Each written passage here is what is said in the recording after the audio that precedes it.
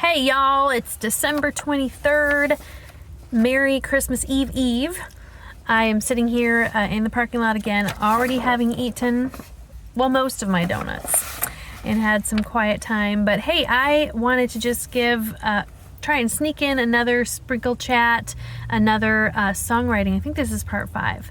I have no idea how this will come out, guys. I have some notes in front of me, and I actually have a notebook of some of my semi-recent songs that I was going to kind of flip through and see if I could find some examples or some other things to say based on that. But I have no idea how this is going to come out, and I think probably if I do another one, I'll probably need to sit down at the piano and show you. But let me back up a little bit. I'm wearing my glasses because I'm nursing an eye ulcer in this eye. I'm not in any pain today. I'm very thankful. Last week I had to make an eye appointment because I had some issues. So we're using drops, and these are my old glasses, so I don't know if you can see, some of the stuff is peeling off of them, but I like the look of these better than the ones I currently have. So this is what I wear when I have eye ulcers.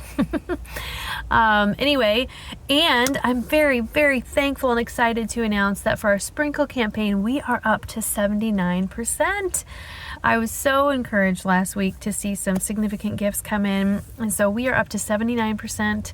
I know of, I think, two for sure, other gifts that are coming in. Who knows how big those are, and others who are considering here at the very end of the year. So if that happens to be you, to help us reach that 100% goal of 40,000 this year, I'm just swimming in God's goodness and blessings, and so I would be grateful for you to hop on our team and continue to help us produce the kind of music we're producing. So with that introduction, let's just dive in. Again, this could be really short, guys. I'm already at the 2-minute mark. But again, it could be 30 minutes. I just don't know how these all play out, but we're just going to dive right in. We've talked a lot about lyrics, and then we started to talk about music, and I probably have a ton of other thoughts to share about music, but maybe not. I don't know. We'll see if I have thoughts just here without being in front of the piano, without being in front of the actual writing process. We'll see how it goes. But a couple, I have 5 points, and then I have my book here with a couple semi-recent songs that I want to just kind of page through and see if I can find other things to mention as I recall the writing process with those songs. But we'll just go right here in order. So number 19, we're on number 19. Be conscious of vocal ranges. I say this, but I actually struggle with this kind of, because I have noticed, I am a soprano, but I've noticed that I have more and more enjoyed singing lower and lower and lower. I think my voice is definitely lowering. In fact, at our church, my husband organizes or puts together the song schedule and service or whatnot. Sometimes leads, of course, we have other people that can do that as well, but he will often pick, if he picks a hymn or whatever from our hymn book or a chorus, he will go, there's these great online platforms where you can find that song and find a lowered version and pretty much pick your key that you want to sing it in. And so he will often pick lower versions, and it's a good thing, because I tell you what, some of those older hymnals, like the one I grew up on, if I sing through those versions again, it's like, woo, we're way up in the clouds, the sopranos, and it seems like it just kind of stays up there, and it's just, I feel like, I don't know if anybody else out there agrees with me, but I feel like the register of just humanity or church culture has just come down. And furthermore, I will look on some of the more modern hymns that are being produced today, ones that we sing in our church, and I'm telling you what, that soprano, she gets down to a G below middle C, and that's normal. And so G below middle C, I can hit that fine. I can't hit it strong, but I feel like my vocal range is kind of wide, and so maybe my voice is not a good representation, but however, I'm like, hey, if they can do it and their songs are out there being used, I'm going to do it too. So I do allow my sopranos to get down that low. Honestly, I'm not maybe the one to ask. I actually need to do some more research on exactly which voices, bass, tenor, alto, soprano, what is the top of their range, or what is the lowest they should go. Once upon a time, I learned that in the composer symposiums that I went to, but I'd have to look back at my notes or go online and check that out again. For me, like I said, I can sing very high. I can sing those notes, way up there and hold that, but I cannot actually stay, sit in the realm of like a D, an E, and an F. If you have like a bunch of melody notes that are just kind of staying up there for a while, I hate those. I don't sing those well. I don't have enough breath support for those. I can hit them if the melody just kind of pops up there and pops back down, not a problem. Usually not a problem. But staying up in that range is very difficult for me. I don't know if other sopranos out there are the same way. So yeah, I'm not necessarily here to tell you what the ranges are, but be conscious of them as you write your four parts for your vocal parts. And again, I'm saying this, but I need to do some more research and be better about making sure that my basses aren't too low or too high, or my tenors aren't too high or too low, etc. But be conscious of those, because that's pretty important. When I write an arrangement, almost exclusively what I do, because of the fact that we travel mostly with a ladies quartet, I almost always start my first arrangement. If I'm writing a song, I will first arrange it for a 4-part lady. So SSAA, soprano 1, soprano 2, alto 1, alto 2. And so then later on, once the song is produced or out there, I will then create a format with SATB. A lot of times I'll do that, or have a solo version or a duet version or whatever, as needed. So that's kind of how I do it, and I write for the teams that sing with me. So I know how high I can go, and how low I can go, and how low my other gals can go. And so I really just have them in mind as I'm writing these songs. And so I think that's an okay way to write. That said, if I want it to be more widely used, if I want other people to buy my music and use them and sing them in their churches or schools or whatnot, I will definitely need to be more conscious of the vocal ranges. So yeah, I think that's all I have for that particular point. Number 20, let your melody breathe. And again, I feel like some of these points, as I'm going through them, I'm like, Heather, you're not very good at that. Heather, you've not really scored in that department. So these are things I know I ought to be doing, and I ought to be thinking more about them as I write further songs, but I don't always nail it. But let your melody breathe. I think, I know for certain, actually, when I first started writing back in 2006, oh man, I go back to some of those songs, and some of those songs actually are still favorites in our collection, surprisingly. But that said, let me back up. That said, with many of my earlier songs, there were so many lyrics. Oh, there were so many lyrics. So much said in a song. And when you have so much said in a song, you usually have to have either, a fast tempo to get all those words in, or the song is just going to be crazy long, or you're just constantly singing. There's just no time to just breathe in the song. And it's not only helpful for those who sing to be able to breathe. Of course, we need breath. But even just like letting the message and the process of singing the song just happen in a more natural way, rather than, buckle up, we're on our rodeo horse here. So I feel like a lot of my earlier songs would lean in a bad direction that way. Too many words, not enough time to catch your breath. And how that happens is going to be different every song. I think maybe just as a general rule, having less lyrics, being more concise, which takes more effort on the lyric writing end, will help your song. That said, that's not to say you can't have a successful song that has a ministry that has a lot of words. And I'm going to cite one song that I know has lasted, and I still to this day hear people say that that's either their favorite song, or every time they hear it, they're just convicted and encouraged in the Lord again. And that is the song, "This Is the Will of God." You may not know this, That song, I'm trying to think. I think we had that on our 3rd album. Now, folks, we have 9 albums out there, but we actually have recorded 12. The first 3 we don't carry anymore. And a lot of the songs, well, I should say a handful of the songs in those albums we have re-recorded on the Still You Satisfy CD and Even There CD, which are the newest in our 9 CD collection, okay? If that made sense. So This Is the Will of God, I think was on our 2nd or 3rd album. Again, the ones that we've discontinued.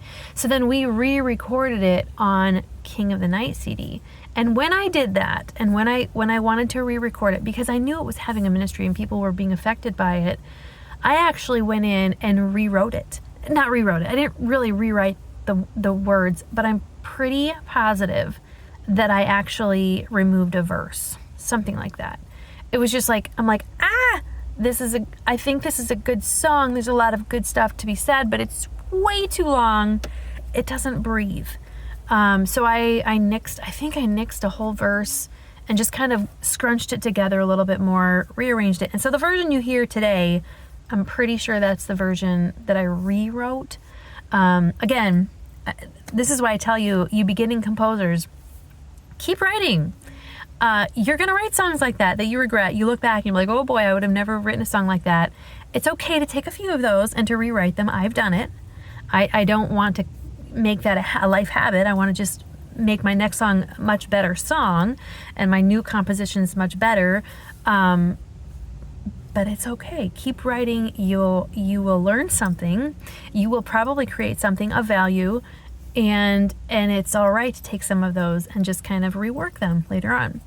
I'm actually reworking a song that I wrote, oh man, if I were to guess, it was on a CD that was produced in 2020, but I very well might have written it in 2018 or 2019, I'm not sure.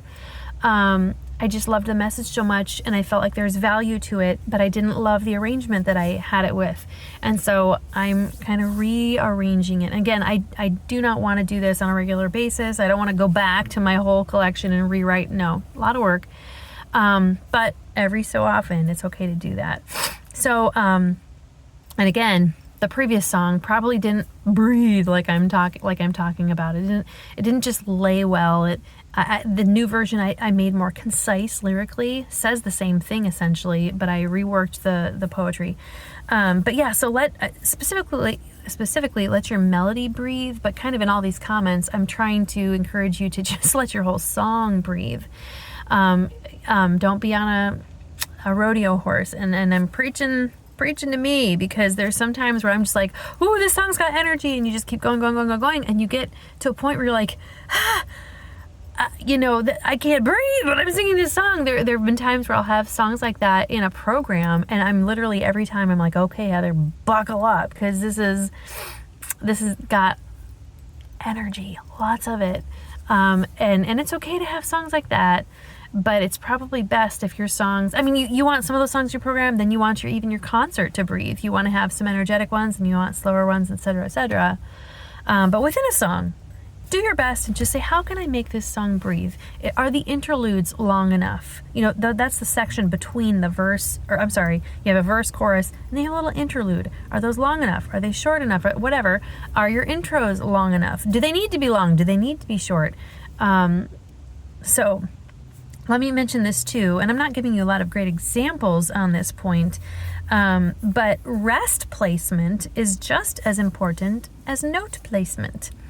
I remember my Grandpa Buchne, so my dad is Grandpa Buchne to my kids, but my dad's dad would live with us for a while. He and his wife, Grandma and Grandpa, would live with us for a while, and then my grandma passed away, so then my grandpa would come live with us for 2 to 3 months out of the year when we lived in Arizona. And I just remember a couple times, I think it was with my cousin, who also is in the music world, and she would love to just sing. And so when we were with her and my grandpa, I would remember my grandpa, he'd say, why don't we practice the rest note? He was being, funny. I think he actually did want some peace and quiet. But you know what? Looking back on that little phrase, it's like, you know what? There are times in your music that you need to just insert that rest note, because that would be the most appropriate thing in this song. So whether it's just an extended interlude or just even, and I don't have an example that just jumps off the page to me right now, but even as you write your lyrics and you think of how you're going to actually say it in rhyme form, you don't always have to start on the downbeat. Dun dun dun dun dun dun dun dun dun dun dun dun dun dun dun dun dun dun dun dun. Maybe it's rest, bum ba ba ba ba ba ba, rest, ba ba ba ba ba. Okay, I hope that makes a little bit of sense. But rests in your music can be so key and so helpful, so adding so much creativity, etc. So don't be afraid of them. Don't be afraid to add those rests. And a lot of times that that rhythm will happen as you're actually writing your lyrics, but before you actually get to the music part of it. That rhythm and adding those rests in. I'll do that actually as I'm writing my lyrics. I will, in parentheses, I'll have like rest, and then so then I'll kind of get in my head the rhythm of how this lyric line is supposed to go. So don't be afraid of rests. Add them in. Let your music, your melody have breath and not so fast-paced pace and all of that. Okay, so here's my next point, number 21. You want a mix of expected and unexpected in your musical arranging. And by that, let me see if I can explain this well. There are times where I'll be listening to a piece and it will be like, whoa, that melody went nothing where I thought it was going to go, and I didn't like it. It wasn't expected enough, if that makes sense. Then other times I'll be listening to a piece and everything will be flowing, and all of a sudden it'll be like a new chord or a new way that the melody went up, and I'll be like, I love that. It wasn't expected. And just something about that is just so yummy to listen to. I don't know how else to say it. So you want your pieces to actually have a blend of that. You don't want it to be so off the wall and weird. And so there's a part of it, especially if you're writing for the congregation. If you're writing for the congregation, you need your melody to be memorable. And if it's memorable, you have to have a lot of expectedness in your melody. So I'm not even sure how to demonstrate that. I'm just going to kind of lay it out there. And again, if I find something as I go through my other pieces here that seems to fit maybe these points, yeah. And so part of what I wrote here on my notes is, I love it when I'm listening to a brand new piece and it surprises me with an unexpected but beautiful, pleasing chord. It's that part of the song that you can't wait to sing over and over again. And I love captivating melodies, and maybe it just makes a sixth leap. And I'm like, oh man, every time I get to that point, I can't wait. It's beautiful. It's just so satisfying to sing. And so you want a mix of that in your songs. You don't want it to be, Mary had a little lamb, little lamb, little lamb, Mary had a little lamb, da da da da da da. Completely and totally expected. Okay, I know that's a super familiar song, so you're gonna know the melody anyway. But there's zero unexpected of that. Now, if you wanted to make an arrangement of Mary Had a Little Lamb, you would do the same general structure, but on one of the melodies, you just have a different da da da da da da da da da da da da. Okay, it's gonna be the same song, but all of a sudden you added in something unexpected. That's not part of the melody, but it just created, boom, interest in your piece, interest in your melody, more than the standard melody. Okay, so keep that in mind as you're writing out your melodies and your chording. Okay, number 22, and we're making good time here, 19 minutes. Make it memorable by using a good hook. I know I've mentioned this before because it was told to me. I remember I turned my song in for critique, one of my semi-recent songs, and I love it when people are just honest with me and just say it how my song grabbed them first impression wise.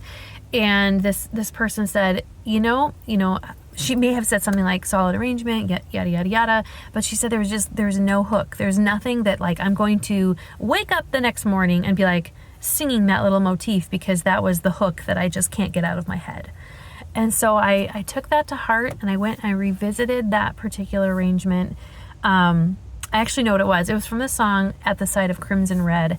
And if I remember correctly, I think my melody went on the chorus. Let's see. I will dip my brush in the Savior and in the saving blood. Da da da da da da da da da. It's just this kind of this descending whatever. And I'm like, okay, I need a hook. And so I changed it, and I went, I will dip my brush in the saving blood. Ba-da-dum, ba-bum, ba-ba-bum, bum, ba. I think that's more memorable. I think that's more in line of what she was hoping I would do, rather than just the descending, falling down the mountain notes kind of thing. And so I'm like, okay, I need to have something memorable, catchy, something that people will pick up on. I don't know if I nailed it with my change. That's how it is to this day. I think it sounds more in line what she was hoping for. I'm trying to think if there's a song in my collection that has a really strong hook. I think You've Got Work to Do is in this book. You've got work to do. Bum bum bum ba-dum ba-dum. Bum bum bum bum ba-dum. So maybe that's a little bit of a hook. Let's see. Oh, how I love the little ways. Let's see, what's the chorus on that one? This I've come to know. Da-da-dun-dun-dun-dun-dun-dun. Well, okay. Before I start singing through all the music here in front of me, you just want a part of your song to be something that's just a little capsule that's very memorable, and that's your hook. I think of the song Somewhere Over the Rainbow. That would be the thing that everybody remembers. Maybe you won't remember all the other melody notes, but you'll remember Somewhere Over the Rainbow. And so keeping something very memorable and beautiful that sticks in your mind. That's what I mean by hook. Okay, and then kind of more on to my process of when I actually sit down at the piano with my computer and start to plunk out the melody. This point, number 23, and probably my last point here, is I like to nail down my piano intro so it helps properly set the mood for further inspiration, okay? Now, not every song that we, the end product of what we produce has an actual piano intro. All of my pieces have a piano accompaniment. I say all, of course not the a cappella. And there is one that has an orchestration, one or two, that has the orchestration but doesn't actually have a piano part. I think of the song, I Don't Want to Go Back, Lord. That one, I do not believe has a piano part because I intended to do it a cappella, but then as we produced it, we made an orchestration. All that to say, when I sit down and I write a piece, 99% of the time, I'm doing it with the piano to give it that structure. I pass it off to my orchestrator, and sometimes we keep the piano part, and sometimes we don't in the final audio file. But me as the composer, when I sit down and I want to get in the groove. I just want to get in the groove of inspiration for this particular piece. I want to put my mind in that place with this song. I really want to have a great piano introduction to kind of help set that mood. And so if I can just get that down early on in the process, okay, first of all, we got to get our melody and our chording. The song itself has to be written. And then when I start to do the actual arranging of it, I want to make sure to get my piano intro in place fairly quickly, because it will help every time I sit down and be like, okay, I've got another hour to work on this or whatever, and I'm just gonna play through that intro, and it just helps me get in this mood of whatever. Maybe it's this really energetic mood, maybe it's just this really soft mood, maybe it's a really sad mood, but that piano intro helps to set the mood for inspiration. I say all this, and the song that I just finished, let me think here. Yeah, the song that I just completed, I actually didn't do this. I had an introduction, and it was more for filler, and I'm like, I'm just not satisfied with it. But I have a lot of ideas for the rest of the piece, and the vocal arranging and the piano accompaniment, etc. So I just kind of moved on. But I would say it kind of hindered a little bit of the inspirational process. I ended up it was a rearrangement of a familiar hymn, so I actually brought the old familiar tune in at the introduction. I'm glad I did. I'm glad I changed that. I think that was a lot more fitting than what I had. But anyway, for you arrangers out there, if you're a pianist, some of you maybe not be a pianist. Maybe you're a guitarist and you want to come up with that mood setting intro on your guitar. Fine and good. I would just maybe encourage you to kind of, that might help. That might be a tip to help you as you try to enter into the feeling as you're writing that particular song. Okay, we're at 25 minutes. I think I've rambled enough. We'll see how this songwriting journey, these chats go. I'm likely not going to have a video next week with all the busyness of the holiday, etc. But it's been fun, and maybe the next time I post one of these, I'll be at the piano, and you can kind of see how I do things, and hopefully my eye ulcer will be gone by that time, and I can have my contacts again. Oh man. Okay, I hope you all have a wonderful Christmas time. It's been a good December.